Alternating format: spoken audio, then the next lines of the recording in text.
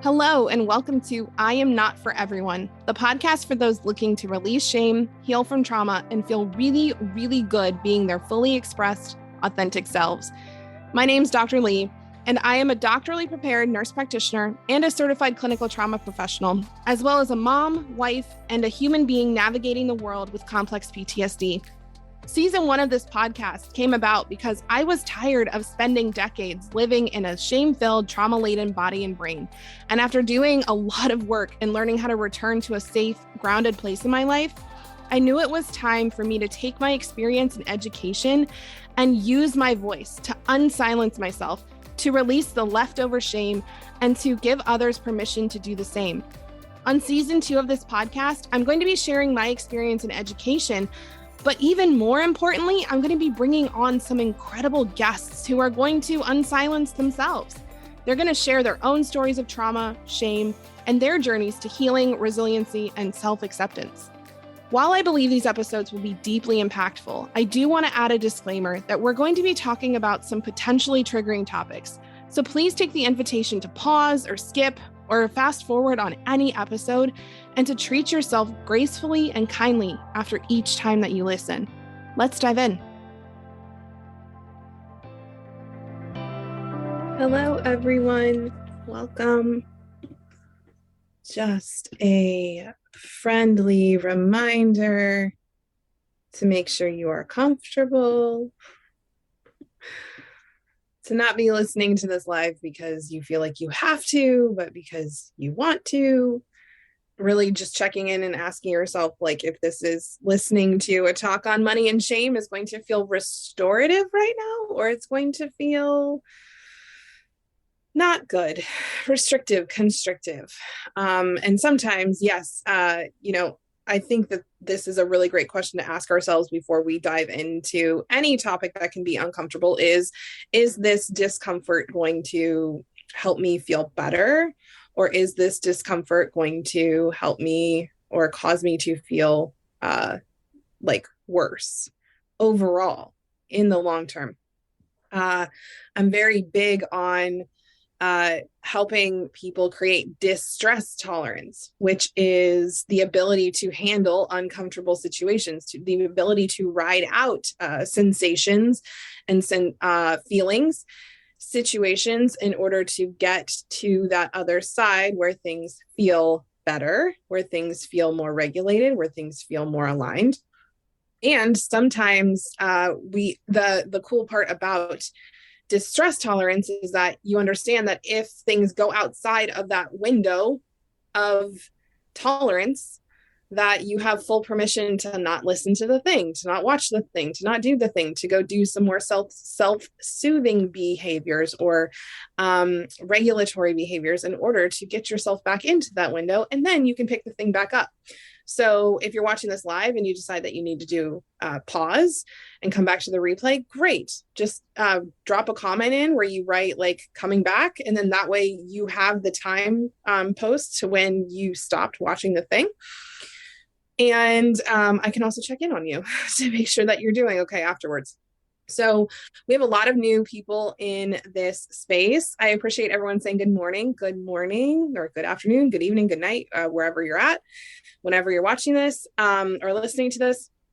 And so we have a lot of new people in the group, which I'm so very excited about. For those of you whom I haven't had the privilege of talking with yet or connecting with, I'm so thankful you're here. We at the Institute are so happy that you are here. And I typically give content warnings at the beginning of all of these talks, right? We're in a trauma group. Like I said, some of the things we talked about can be distressing. So just like really paying attention to what your nervous system can handle today and like making yourself right for whatever it is that it is able to handle or it isn't able to handle right now. So we are talking, today is the very first of 4 series on shame. And I'm very excited about this topic in particular because shame is one of these topics that we don't talk about. We don't talk about shame. And it's actually, I get a little twisted sense of pleasure when I get to go in somewhere and bring the anti-shame concepts and content to a space where we typically don't talk about it, because shame grows in the darkness, right? Shame lives in all of those spaces where we don't allow ourselves to shine light on it and say, hey, it's okay that you're here. And so these talks are really designed. My intention with these is to create a safe space or a safer space, because no space is inherently safe, right?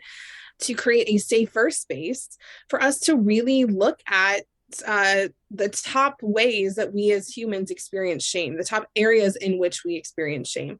And so I want to start with money, because it's a big one, and especially because we have a lot of entrepreneurs in the group and a lot of salespeople in the group. I think that it's a really powerful one to start with, because this is what your whole livelihood is based on, right? Is sales, is on money.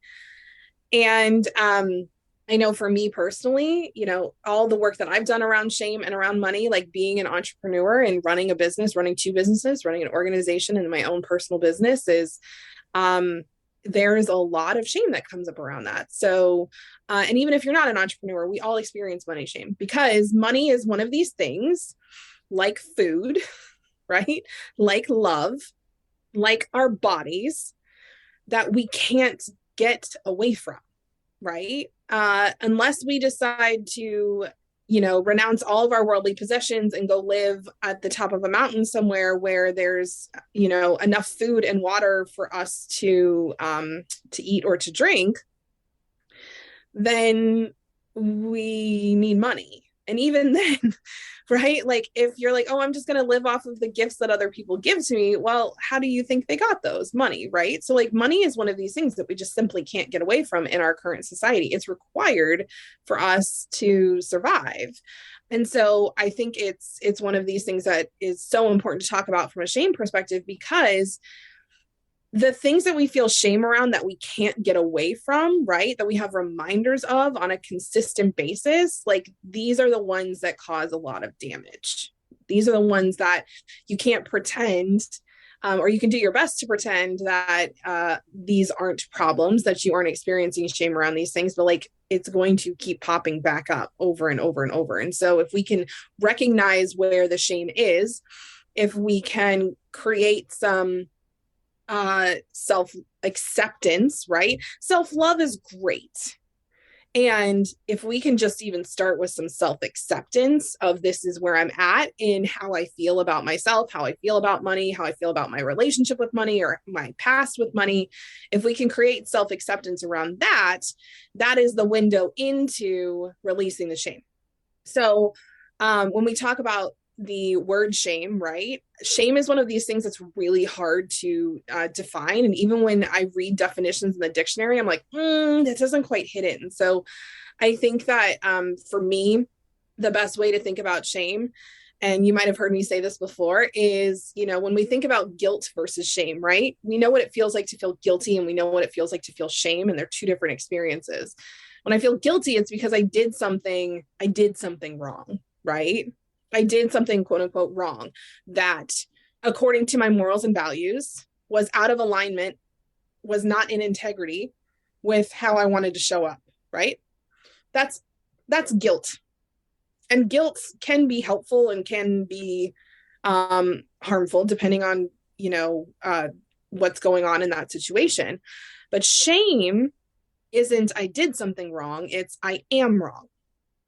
There's a part of me that is wrong for having wanted what I just wanted, for having done what I just did, for having acted the way that I just showed up, right?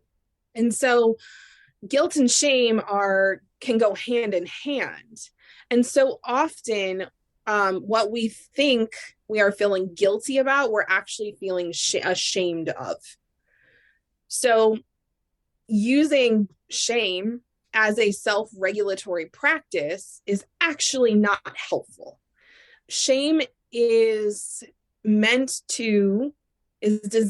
to help us feel like we are It's designed to help us cut off pieces and parts of ourselves, or hide pieces or parts of ourselves, or change pieces or parts of ourselves in order to be in alignment with society, in order to be in alignment with our community, in order to belong, right?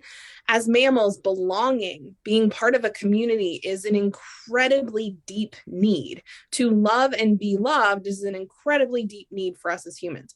And so, and as mammals in general, that's how we survive. Because if people don't love us, they don't take care of us. And especially as children, as babies, if we do things where people decide that they don't love us or they don't want to care for us, our needs actually won't get met. We won't survive. So experiencing shame, when we experience shame, it's actually an experience of, oh, this is a threat to my survival. This is a threat to my life.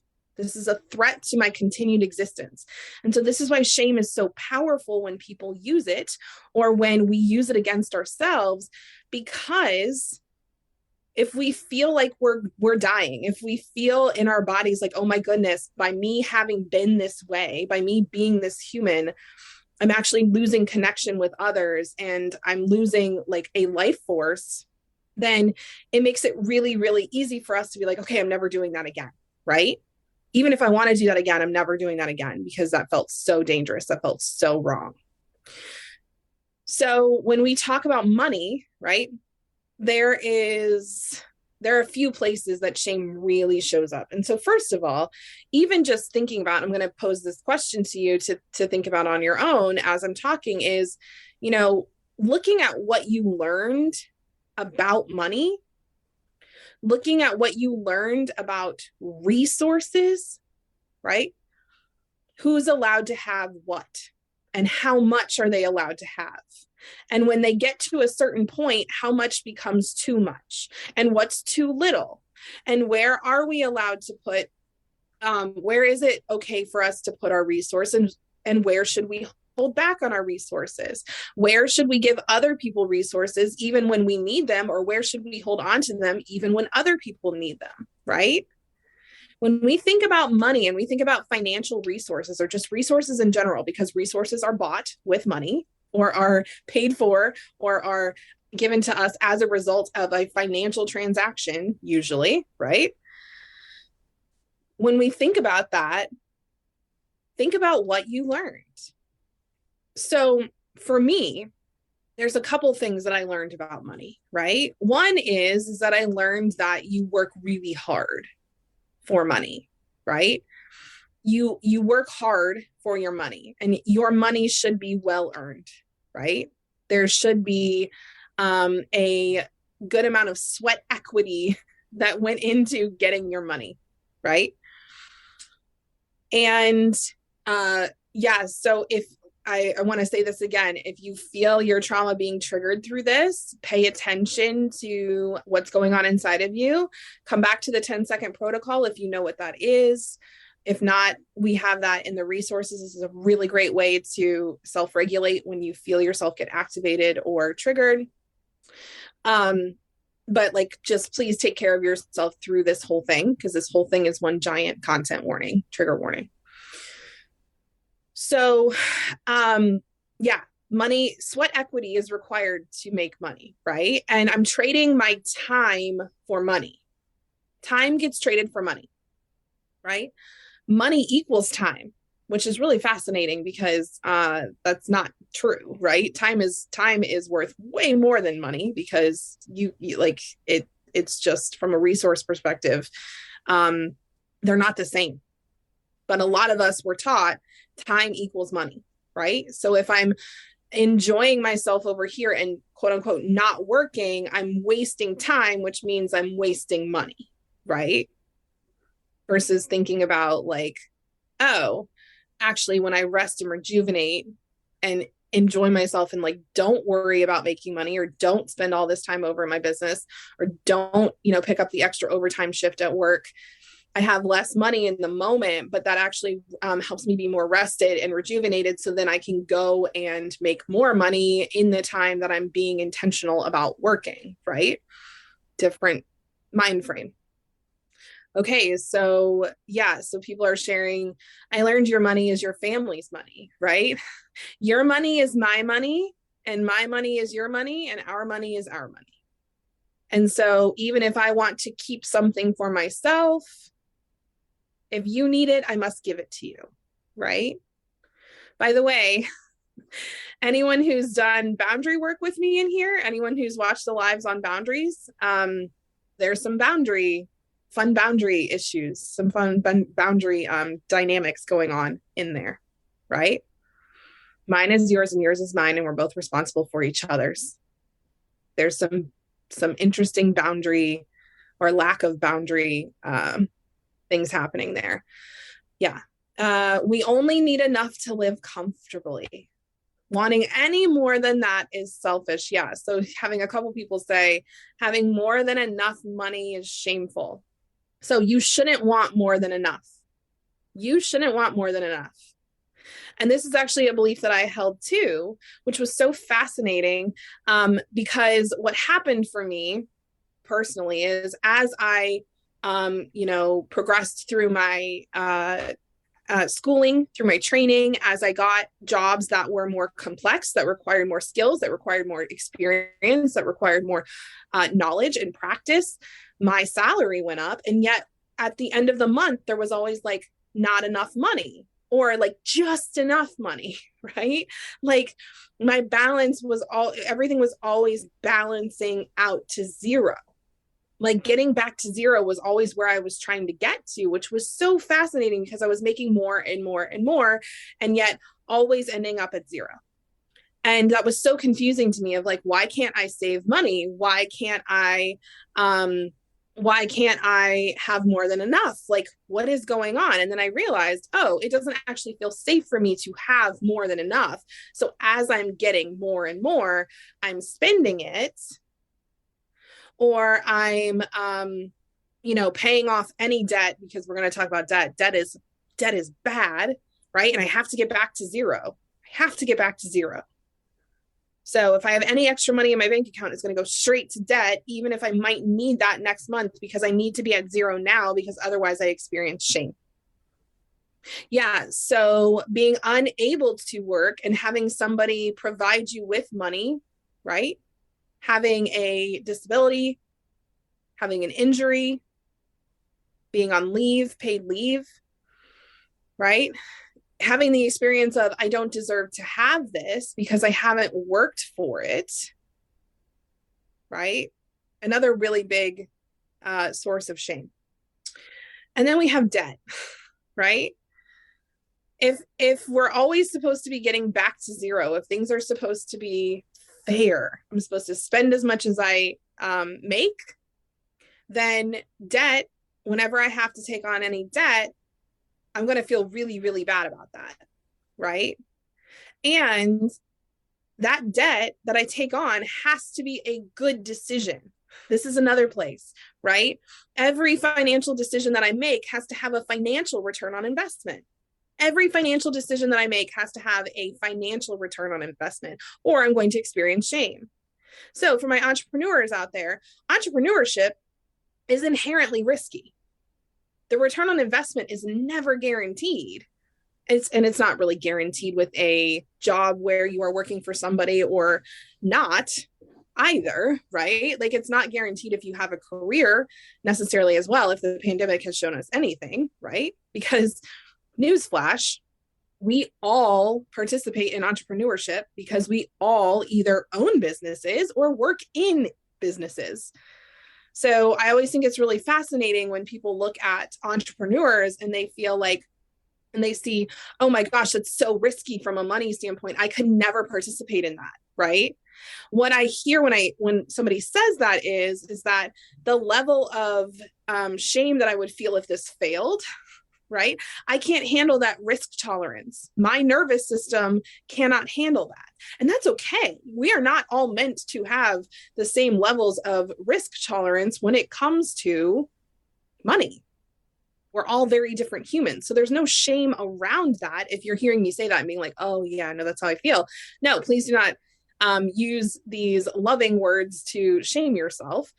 I say all of this to just kind of point out some of the ways that we think, right?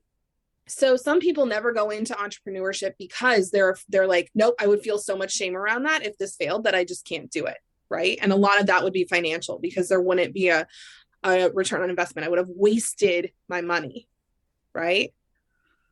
Some people don't do this because they don't trust themselves with money, because when they were younger, they were taught that they were bad with money, or they were irresponsible with money, or you were, were reckless with money, or the way that you saw money was wrong compared to your family or compared to society, right? And so you're like, I can't even get into this, right? Yes. And then this gets really fun.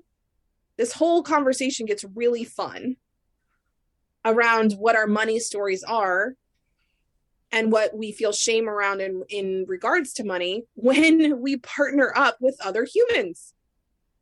So when I have a business partner, when I hire an employee, when I enter into a relationship with somebody where we're going to share finances, and there's also a romantic component to this, and a romantically intimate component to this, right?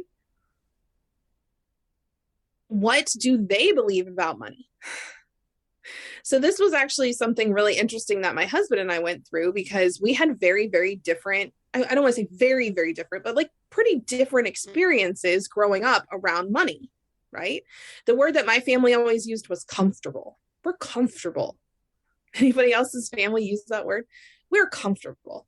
I never knew what comfortable meant. I didn't know how much money that meant. I just knew that it meant that you always had enough to pay your bills, and you had enough to have some fun, and you had enough to go on a family vacation every year. But like above and beyond that, I didn't know what that meant.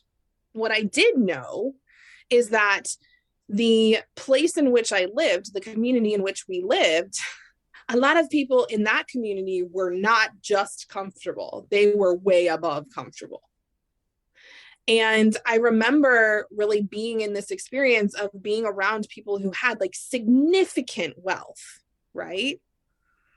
When we pulled into the parking lot at school, every juniors and seniors got parking spots at our school. And to see the types of cars that were parked in that parking lot, right? It was a very interesting experience of, oh, wow, like I shouldn't want more than enough, but also like, it would be really nice to have all of this, right? And yeah, for many people in that experience too, because we lived in an area that had literally had a railroad track running through it. And there was a distinction between which side of the tracks you lived on, or if you lived close to the tracks versus you lived on the other side up on the hill, right? This is so fascinating to me now, even just talking about this, because did you live up on the hill or did you live close to the railroad tracks, right? There were many people at my school that were way less comfortable than we were. They weren't comfortable, right? And while the dynamic was like, oh yeah, we can all be friends and we can all get along, like there was definite shame, definite poking, definite like scarcity mentality, I don't have enough mentality that happened a lot. And so I think that it's important to just even think about, okay, what did I learn from my family, but also what did I learn as a child, as an adolescent, as a teenager, as a young adult, from the people that I was in community with as well? Did I have more or did I have less? What did that mean about my identity as I was growing up, right? So I'm loving these comments. I love how much y'all are engaging. I'm also having a little trouble keeping up. So I'm going to come back to them. I'm just going to keep talking and I'll come back to them in a little bit. So thinking about your own money stories of, okay, what does it mean for me and for my family in terms of money? What does it mean for me and the people that I'm in community with as I grow up in terms of money? What did I learn about money? And then, like I was saying, from an intimate relationship standpoint. So this is my situation. My husband had a very different situation. And so when I spent money versus how he spent money, or how we both look at money, how we both manage money, who manages it and who just goes along for the ride, right? Who doesn't even want to look at things versus who's like in every penny and every cent? Who is the one that is more restrictive and squirrels things away, and who is the one who maybe is more willing, is more risk tolerant to spend the money? Coming back to entrepreneurship, does one of you have a higher risk tolerance than the other does for failure, right? One of the good things that I learned about money, one of the serving, I don't want to say good, one of the serving things I learned about money was that it was always possible for me to make more money. I can always find a way to get more money, always. I can always find another source of financial income, always. So for me, there's a much higher risk tolerance, because if I spend money and it doesn't go well, right? Or if I spend money and the return on investment isn't what I'm expecting, then I know, okay, I can just go back out and make more. Well, being in partnership with somebody who doesn't have that same belief, this is going to feel way scarier for them, right? If they don't also believe money's easy to come by, right? If their story isn't, oh yeah, like, you know, we get to stay comfortable, we always get to have enough, we just aren't allowed to have more than enough. If their story is, it's hard to even have enough, then my behavior versus their behavior, my behavior is going to feel very, very unsafe to them. And their behavior is going to feel very, very, very frustrating to me, right? If we believe different things about debt, right? And by the way, just to kind of show you that our thinking around debt is so fascinating in terms of shaming people for different kinds of debt, I'm going to just say several different kinds of debt, and I want you to think about which of these kinds are good, which of these kinds are bad, and which of these kinds are like meh, either way, right? Mortgage, investment property, yacht, boat, car loan, financial aid, debt. Sorry, not financial aid, student loan debt, business loan debt, credit card debt, owing someone else money, like a friend or a family member, a personal loan from a family member or friend. How different do all of those types of debt feel to you? Because for some of you, a mortgage may feel great. You're like, yeah, a mortgage is, that's just what we do, right? You want to own a home, you want to live in a home and not have to pay for rent, then yeah, you take out a mortgage. This is what, yeah, that's just what happens. For some of us, like me, credit card debt used to feel very, very, very shameful. And now I'm like, it's just, it's money that the bank gave me to do what I needed to do. Like credit card debt used to feel inherently dangerous to me. And now I'm just like, okay, like that just is what it is. That's money that somebody loaned me to be able to do what I needed to do. And whenever I'm able to pay it back to them, I will, right? One of the most fascinating, mind-blowing experiences I had is with one of my coaches, Julia Bernard Thompson. She's incredible. She, when I was talking about, my feelings on this, like a while ago, maybe a couple of years ago, and I was like, yeah, I just feel really bad because I still have some business debt and yada yada, and it's on a personal credit card, and like I really just want the business to make enough money to pay this off, and then, or I was like, oh, or like I want a business credit card because then that feels different, right? Because it's business debt versus personal debt, another distinction, right? And she's like, okay, so business debt does not feel shameful to you, but personal debt does, is essentially what she said. I don't think she used the word shame, but I was like, I don't know. She's like, do me a favor. Go in your wallet, like right now, like go get your wallet. And I want you to pull out a credit card, and I want you to pull out your bank card, like your debit card. And I was like, okay. She had me hold them up. And she was like, Lee, I can't tell the difference between those cards. She's like, they're both magnetic pieces of plastic with 16 numbers printed on them, an expiration date, and a security code.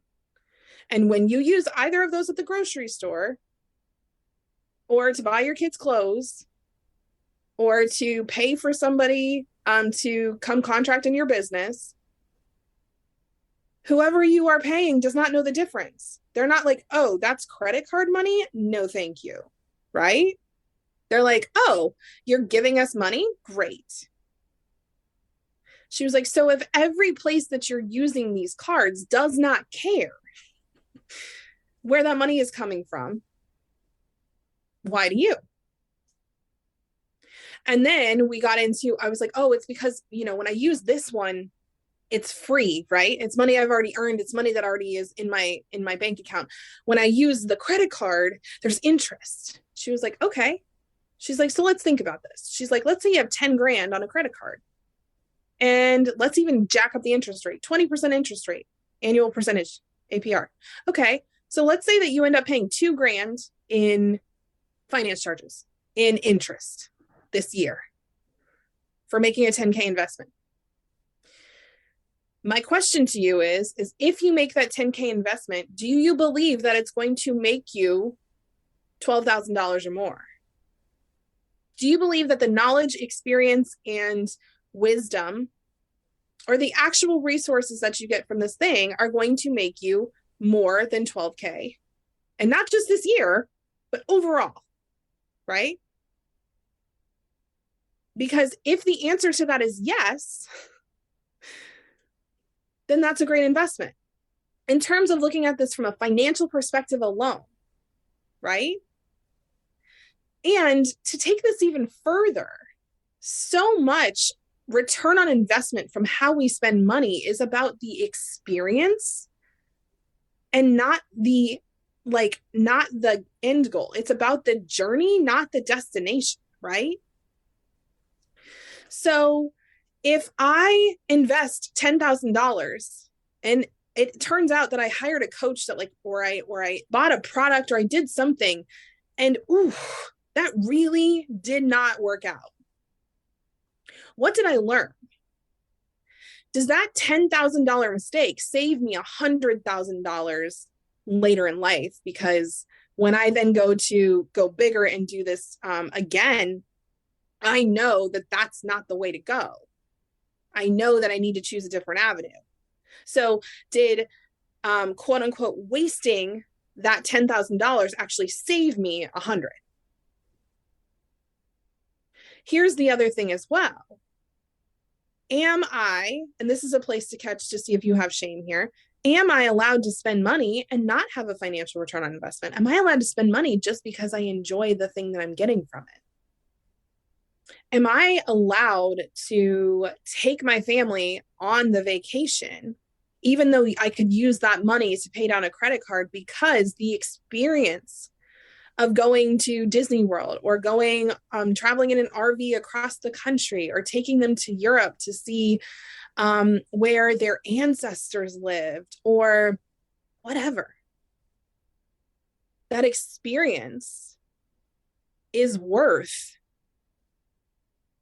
valuable to my soul, to my family. Am I allowed to do that? And if the answer to that is no, my just perspective on this is, where did you learn that your personal pleasure and enjoyment was to be sacrificed at the cost of having less debt? Where did you learn that your personal pleasure and enjoyment were to be sacrificed at the cost of the thought that you have an extra $2K on a credit card? Now, some of y'all are like, that would actually, even from a very aligned place, that wouldn't feel good. It wouldn't feel good to spend all of that money on a vacation, right? If that's how you feel, fine. If you're like, actually, I wouldn't really enjoy that experience. But if you're not enjoying that experience out of shame around how you feel about money, that's a different story than, nope, it actually just wouldn't be a fun thing for me to do. So let's talk about this next part too.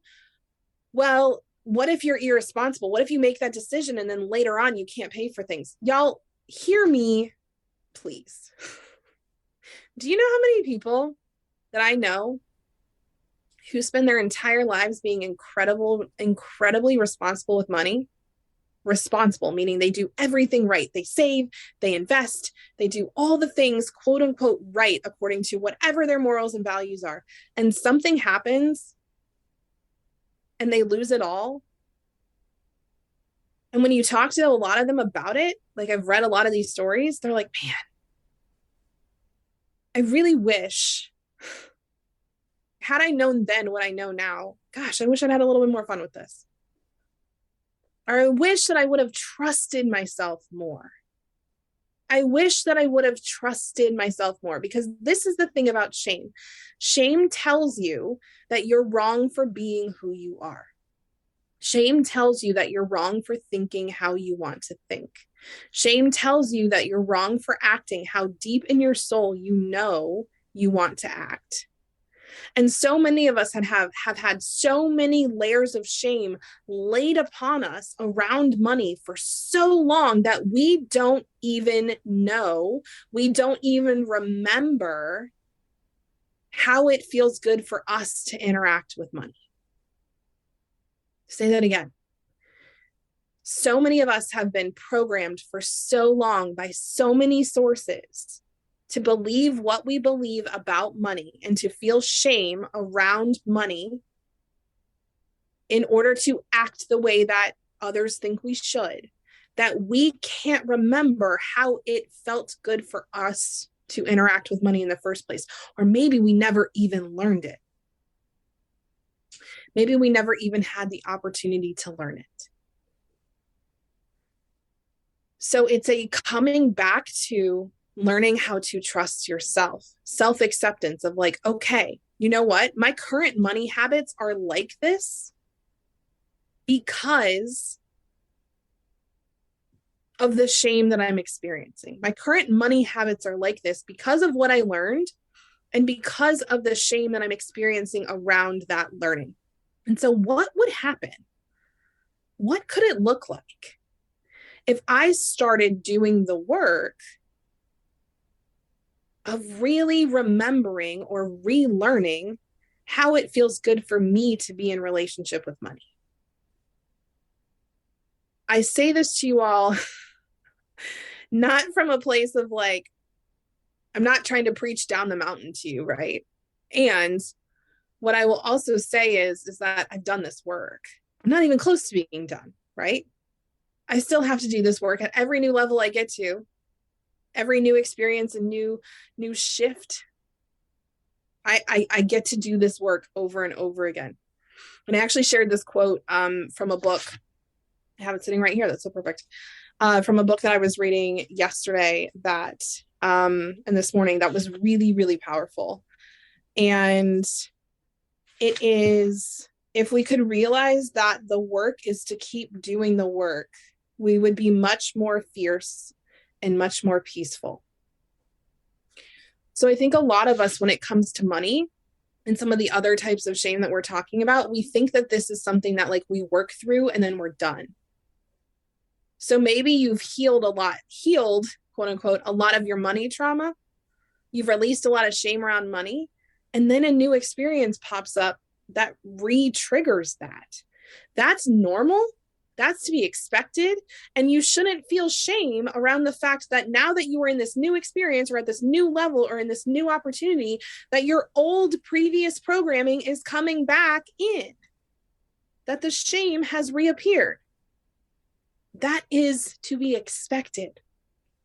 And so taking the perspective of, okay, self-trust, creating self-trust around money, I know that the work is going to be to continue doing the work. The work is to continue doing the work. Meaning, I am going to consistently and compassionately look at what I am believing around money and reframe it and continue to trust myself that A, I can keep doing this work, And B, that as a result of doing this work, things will get better. Things will feel better. So a couple people have mentioned some good books in here that I love. I haven't actually read Amanda Francis's book, but I've done some of her courses. Denise, what is it? Denise Duffield Thomas, Catherine Ponder. I'm trying to think of Napoleon Hill. Really good authors on this. Because, you know, when we talk about, a lot of these people talk about manifestation or creating the life that you desire, and especially around money. When you are looking at manifesting or creating a life you desire, if you are using shame or you are using restriction as a way, as a path to creation, you're not going to get there. You're just going to keep creating more of the same of what you don't want. And so creating self-compassion, self-awareness, self-acceptance around, okay, this is how I'm currently acting. And then asking yourself, okay, and if I was going to act differently, what would that look like? And then putting yourself in places where you have resources to then do that work surrounded by other humans who are doing it in a way that you want to be doing it, who are thinking in a way that you want to be thinking, who are acting in a way that you want to be acting. That's key. So, y'all, I love Denise Duffield Thomas. And I'm going to say that her forgiveness release exercise that she talks about in Get Rich, Lucky Bitch is actually like, should be credited back to Catherine Ponder and to Napoleon Hill a good 50, 60, 70 years before her, because they are the OGs around this in this personal development journey. And they talk about the creation of a vacuum. And so I want to talk about this with y'all because I think that this is one of the best ways, and it's so aligned with the release of shame, is one of the best ways to create space for yourself to then figure out what you want to do next and how you want to show up next and how you want to trust yourself and how you want to move. So this exercise is a forgiveness and release exercise. It's an exercise in which we look at, where are all of the places I'm hanging on to shame? Where are all the places I'm hanging on to resentment? Where am I hanging on to judgment? Where am I hanging on to hate or anger or frustration or sadness or embarrassment around money? Both towards myself and towards others. There is no space to call in what you desire if it is filled up with shame and resentment and feelings that don't feel good. There is no space. You will continue to do the same things over and over. I don't care how consciously you try to change. Subconsciously, underneath, thinking underneath and the feeling underneath, if we don't get to that, I don't care how many times you write out an affirmation of, I'm going to be the richest person in the world. It doesn't matter. If you're still hanging on to shame, fear, resentment, blame, guilt, anger, sadness, embarrassment, you still have those emotions bottled up, there's no space to call in that wealth. And there's no space to even like really reframe what it is that you want. You don't even know what it is that you want, because what you think you want is not what you want, because what you think you want is being driven by shame. Right? I hear so many people say, if I could just get out of debt, if I could just get out of debt, if I could just pay this off, if I could just stop spending so much, if I could just do this, if you hear yourself saying, if I could just, that's a shame-based statement. Because I promise you, if you could just do that, you're either going to then get yourself back into the same situation you were in, or you're going to find some new way to create discomfort for yourself. Because if you're feeling shame about how you show up, or you're feeling resentment and anger and blame towards another person for how they showed up or how they taught you how to show up, that's always going to come back and muddy the waters. So, invitation. Get a piece of paper. 2 invitations, actually. This is one exercise that I have my clients do. I have them write a letter to money. And I have them write a letter to money as if they are in an intimate, romantic relationship with money. Now, if that doesn't feel good for you, just intimate relationship, close relationship, friend base, but an intimate relationship with money. And I have them talk to money as if money is a person and describe how they feel in that relationship. So, dear money, I feel like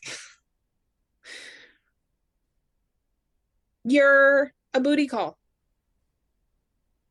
I feel like you only ever come around in very specific situations, show up, do your thing, and leave. I feel very disconnected from you. Or I feel like you're that partner that I have that every time I'm like, yes, I really want to be in relationship with you, you run away. And then when I'm like, never mind, I don't want to be in relationship with you, you come back. Describe how money feels to you in that relationship, and then describe how you feel you act towards money in that relationship. And look at, because you will see very quickly where the fear, where the resentment, where the anger, where the shame, where the terror, where the wishy-washy behavior, where the manipulation, where the victimhood, where all of those things are. And if you're really into this, do this for like a week or a month consistently. Write to money, right? So that's the first exercise, because you're going to get really clear on what you're actually thinking and how you're actually showing up. The second exercise is this release and forgiveness exercise. So the way that I like to do this is I get a piece of paper and one colored pen, and I write the things that I know I need to release or practice forgiveness around, both towards myself and towards others. So I just write them as statements. So they might be specific experiences. Like the time I went to the grocery store and thought I had enough money and didn't, and had to put everything back. The time my mom had to help me pay off a credit card.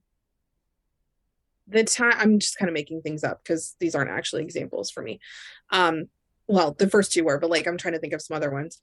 The time I didn't tell my spouse that I was spending money on something because I thought they'd get upset. The time my spouse told me I couldn't spend money on something I really wanted. The time my mom, when I was 8, my mom came into my room and took all my money out of my piggy bank because she needed it to pay a bill or to pay for something else. How I heard my parents talk about my siblings and how good they were with money compared to how good I was with money.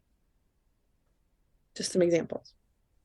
Now, here's what I want you to hear is you're leaving space between these. And then you're going to come back with a different colored pen, and you're going to write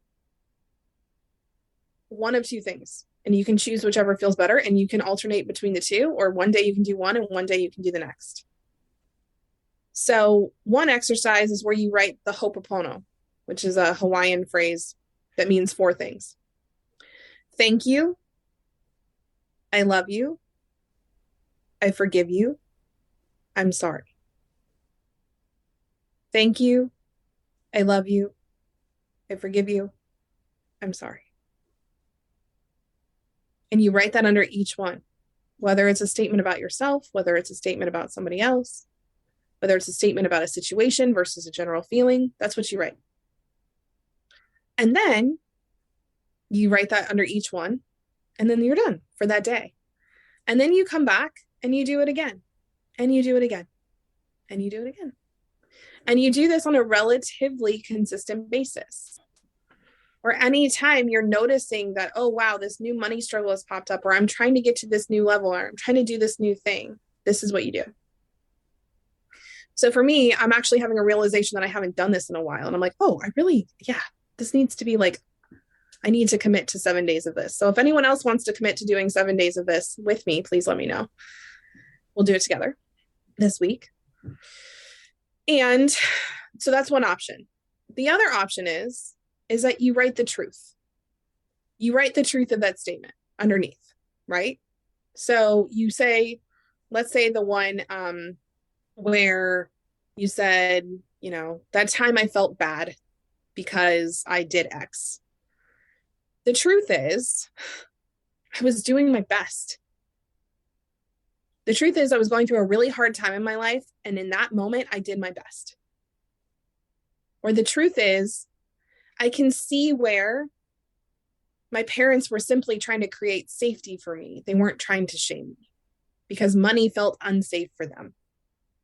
Or the truth is, I'm allowed to have more than enough and not feel bad about it. And you can go through and do the truth is statement. I really like the Ho'oponopono statements. And sometimes if there's one that feels particularly shamey, I need to reframe it. I need to remind myself, what else could this mean? What else is the truth? The truth is I'm feeling shame here. And the other truth is I don't need to. And here's why. Okay, cool. I've got some people committed to this with me. Very excited.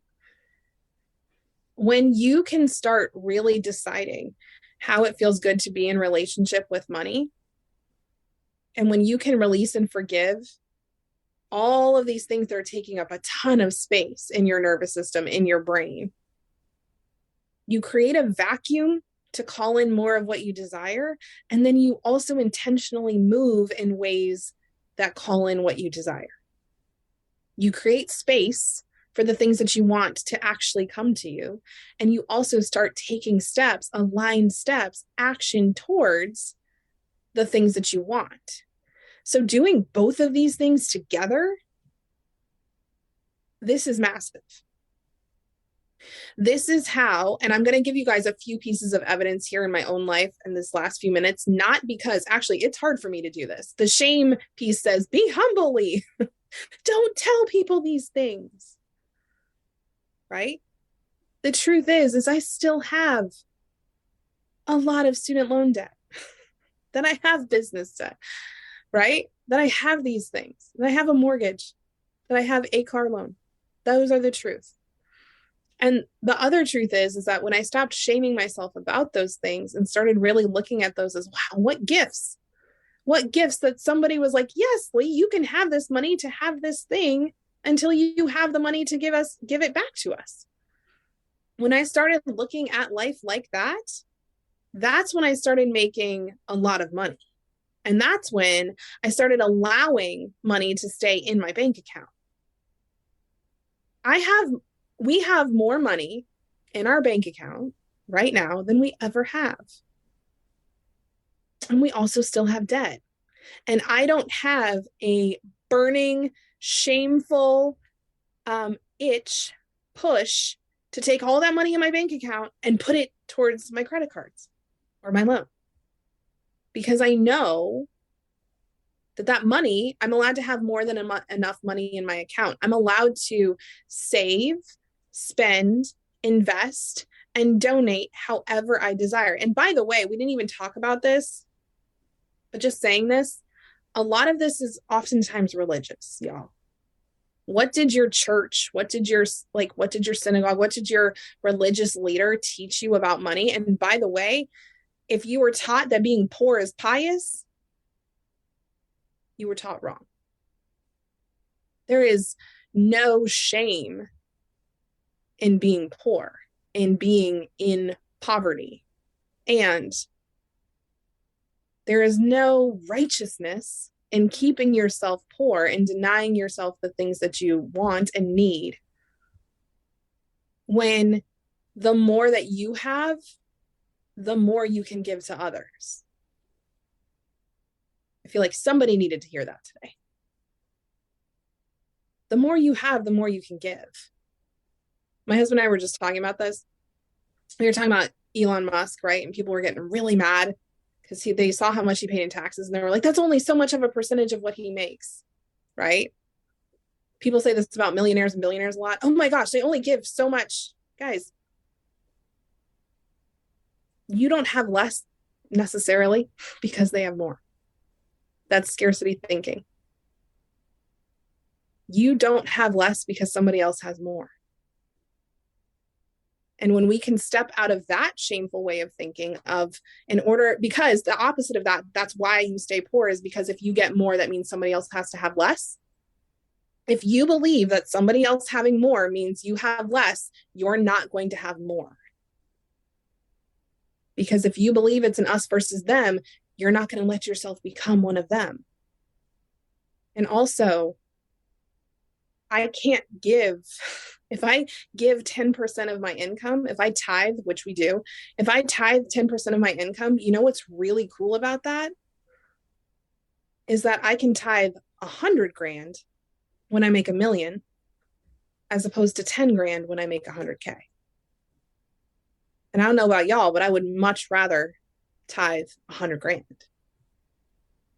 I would much rather be able to give more because I have more, and to believe that, instead of those that have more cause others to have less.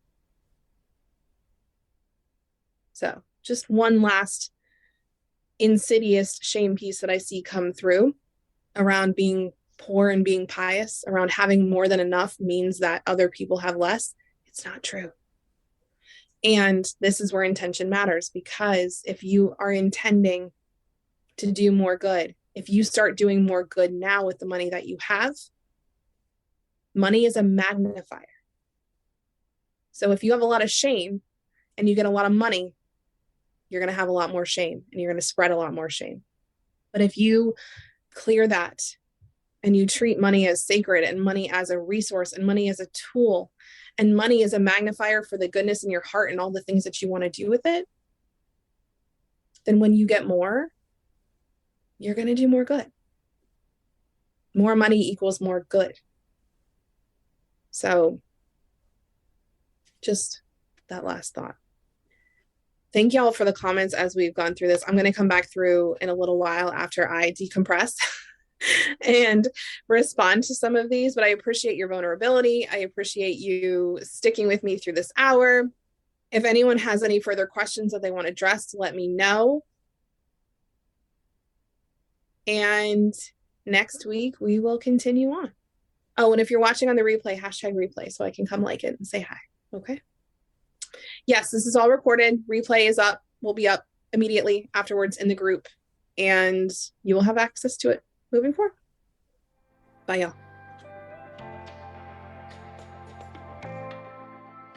Thank you so much for listening to today's episode. If you're interested in learning more about how you can help yourself and others release shame, heal from trauma, and create healthier, safer, more mutually beneficial relationships, I want to invite you to head to our website, institutefortrauma.com. At institutefortrauma.com, you'll find free resources, be able to connect to our free online community, and view our courses and trainings, including our foundational trauma-informed, psychologically safe certification, aka the TRIP certification. Head to institutefortrauma.com today to learn more.